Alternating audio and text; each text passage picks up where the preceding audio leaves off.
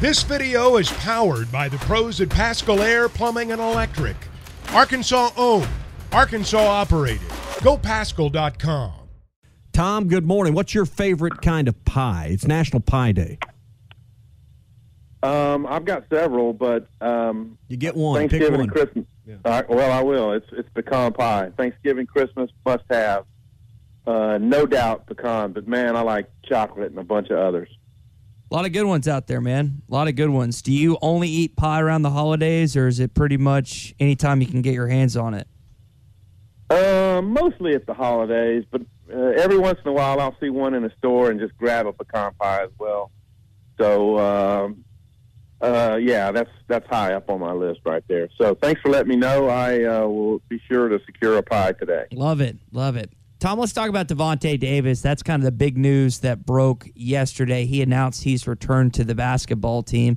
Kind of what did you make of this? I don't know if I necessarily want to call it a saga, but it has been on the front of people's minds the last couple of days with this basketball team.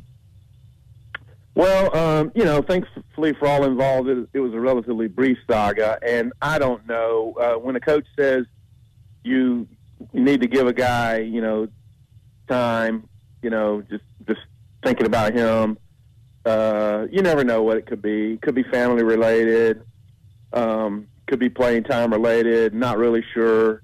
But thankfully it appears to have been resolved to good effect. And Devo Davis is a spark plug player for this team. They need him. And here's the thing. So Nick Smith is coming back right now. Devo's coming back to the team. You're adding two new dynamics that they've only known about, some in practice. And we saw on the court the other night that, they looked a little bit kind of feeling their way through when Nick Smith was in the game. So what Eric Musselman teams have done is they've managed to, morph and adapt and find, ways to be productive. And they're going to have to work through it in season with the both of these issues. So, I know that Razorback fans are going to have, their anxious moments coming up. There's going to be some losses. You really can't avoid that, but it's always interesting to see how they work through all these dynamics. Yeah, it's a balancing act, and coaches have more things to balance than they ever have before with NIL and the transfer portal. Talking with Tom Murphy, Arkansas Democrat-Gazette, Whole Hog Sports. Tom, I know Bob goes to a lot of these basketball things, games, press conferences, and I know you got to. Is this a team that you almost want to show up with Scotty and Bob now every time just because of how fun they are to watch? Yeah, I did watch all the games in Hawaii, and then I attended the game Monday against Troy, which, by the way, Troy came at Arkansas. I like the way they penetrate. I like their passing. I think they're going to be a force in the Sun Belt. It feels that way. But yeah, because there's so much talent. I mean, you look at Jordan Walsh and where is he going to fit in the best? Right now it looks like he's looking at the rest of the team and thinking, what do I do best? I mean, he's doing well on the defensive end and rebounding. But we're going to see him develop on the offensive side too. That's what's great about Musselman teams is we know the talent's there, but they have to kind of find their roles and grow and develop and all. And he's proven that they do that each year. He's utilized the transfer portal to his advantage. A lot of fans are hoping Sam Pittman can do that once again this offseason. Tom, what are you expecting starting next Monday and really for the next month and a half for Arkansas and the student athletes that are trying to go after through the transfer portal, in addition to the 23 they're hoping to sign in early national signing period? Well, I think they'll make some splashy, they'll get some splashy names here. Coach Sam Pittman and the staff, I think their, quote, reputation in the industry is one of, being a hardworking team, respect from the coaching staff, and, you think about where would they have been this past season without all their transfers, and I mean they knocked it out of the park with the guys they brought in. They were all productive. They all had the receiving core, huge roles. It looks like they might have to tap back into the receivers position in the portal as well. They got to refill at defensive back because they've lost some already with the portal. And, what is Ladarius Bishop going to do? He's in this group. The thing about managing your roster now is it's not just portal. It's not just signees. It's bringing back your guys who have COVID years. Which ones can you bring back? Which ones will help with your team dynamic? Great point. Which ones won't help you, or you don't think they're going to have a spot? It is a massive balancing act, and you've never had to deal with the numbers from different components to roster management like they have now. And Sam Pittman walked right in the middle of this, in addition to walking right into COVID and NIL. It's been crazy. Tom, I always respect you, and you seem to be one of the first, if not the first, always breaking news when it comes to Razorback football. You broke the Jamil Walker news. Do you have something else to break for us in the coming weeks? Do you think this coaching staff stays intact? Well, I don't know of anything that's imminent or is out there. If you're Sam Pittman, you have to think about, all right, what's this coach's value in passing along my message and how they teach? What's their value in recruiting? And we've seen that the coaches who weren't up to his snuff in recruiting don't last here long. I don't think they have any major recruiting problem coaches right now, but we'll find out. I don't know the answer to it. Obviously people want to talk about the main guys.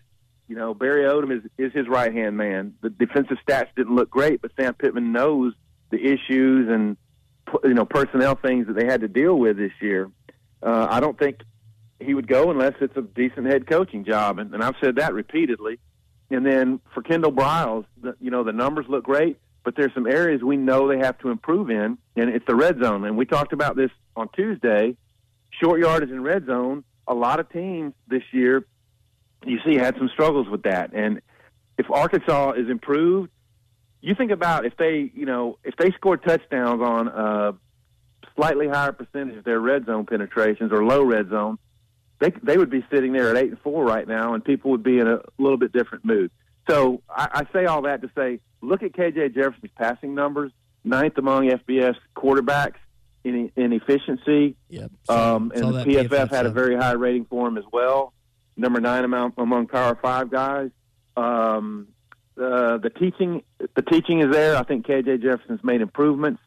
I love their balanced attack. And if they make a slight improvements, I think Kendall Briles has done a solid job with the Razorbacks. We're talking with Tom Murphy, Arkansas Democrat-Gazette, Whole Hog Sports. So, Tom, kind of just off the points you made, should there be any changes? Not if there are going to be. In your opinion, do they need a shakeup, or are they best off heading in with this exact same staff into 2023? Well, we can make all the determinations from 10,000 feet that we want, but what we don't know is the internal dynamics. What are they like in meetings and all that kind of stuff? So it's not for me to say whether or not they do need a shakeup. I just think that I still think they're a team that they were 0-4 in games decided by 7 points or fewer. If you reverse that, if you win 3, you're a 9-win team. So I don't think they were that far off from being a real high quality team. I really don't. And this is Sam Pittman's determination to make. And I don't know the answer to should there be a shakeup. Do you just shake things up just to say you shook them up? I don't subscribe to that philosophy. So, we'll find out in the coming weeks. Tom, I want to ask you about Hugh Freeze. He's a guy that a lot of people have opinions on. And I want to ask how it's going to affect Arkansas. Is that a bad thing that Freeze has been added back into the fold of the SEC for the Razorbacks? Well, he knows the league. Arkansas, I'm not going to say they just had his number, but Arkansas had, other than the 2012 game down there in Little Rock was close, and that was with an interim coach that wasn't going much anywhere, and Arkansas still almost beat them. But they did pretty well. I mean, they shut his team out in 2014 here. I believe that was the year. Then they won the the Henry Heath game in 15, and then also beat him in 16. So I'm one to I don't know, second chance kind of guy. I know what he did there was not good, but I honestly say I was in on 2 press conferences for the Liberty game here, and I like his accent. He's a home, he's a Southern guy, and so I don't know if it's good for the league. I think he will do okay at Auburn, and so Arkansas knows what his scheme looks like, and so it's not like they're going to have to reinvent their defense to face it. They just need to do a play better against his Liberty team this year. What's okay at Auburn? Because for all intents and purposes, Gus Malzahn was okay there, beating Nick Saban, I think, 3 times. They were consistently kind of 8-9 wins. They went to a national championship appearance his first year, won an SEC championship, I think, twice. Won the SEC West, I think, twice after that. So what is the now expectation for Hugh Freeze, Auburn, with the transfer portal and NIL? Yeah, I hesitate to speak for what the standard needs to be at Auburn, because sometimes I think, they don't have what they envision their coach to do might be unattainable sometimes. But beating Alabama every couple of years, having a great home record, making a splash. I mean, every team in the SEC West right now is spending the kind of money that's what their fan base expects. And every year there's going to be major disappointment. And then that's what you saw out of Texas A&M this year. And that's what you saw out of LSU last year. And then Arkansas, they rise up last year. And then this year it's along the, mediocre level. But you know what the schedule looked like. And I mean, in Mississippi State, the same thing. It's hard to maintain when you're going up against the teams that spend like Alabama, A&M, LSU, and Auburn. And so, every year there's going to be 2, 3, 4 fan bases in the SEC West that are livid, upset at their coach. And I don't think if you're a fan that you understand what preparing your team week to week is like and getting a win on a Saturday. It is. We've never seen an era of college football in one division like we've seen in the past decade or so in the SEC West. Tom, speaking of Saturday, it's Championship Saturday. A lot of games this weekend. You've also got Razorback basketball in the United States taking on Netherlands in the World Cup. With these games going on, there are going to be seeds that are decided for the college football playoff.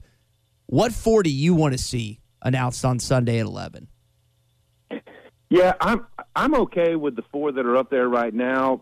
The Pac-12 has not had great representation in the playoff. It's been okay, but USC hasn't been in it. So I wouldn't mind seeing them get in there along with Georgia, Michigan, and TCU. I mean, that gives you 4 of the major conferences. The ACC this year, they did not have a Clemson-type team that deserves to be in there. And even the teams like North Carolina that had good seasons, they slowed down at the end. NC State got off to a hot start. They slowed down. So you don't have a dominant ACC team. And I don't want to see, let's say, for instance, TCU win a close game or lose by a couple, and then Ohio State come in and snag that spot, or Alabama for that matter. I'd like to see 4 different conferences this year. Well, you might get your wish. USC wins and TCU wins. I'd say you get that. Tom, we appreciate your time as always, man. We'll talk some basketball next Tuesday after this game on Saturday. I like the sound of it. Thanks, guys. See you. Football is back, and BetOnline remains your #1 source for all your football betting needs this season. You'll find the latest odds, matchup info, player news, and game trends. And as your continued source for all sports wagering info, BetOnline features live betting, free contests, live scores, and giveaways all season long. Always the fastest and easiest way to bet on all your favorite sports and events like MLB, MMA, tennis, boxing, and even golf. Head to betonline.ag to join and receive your 100% welcome bonus with your first deposit. Make sure to use the promo code BELIEVE to receive your rewards. That's BLEAV. Bet online, where the game starts.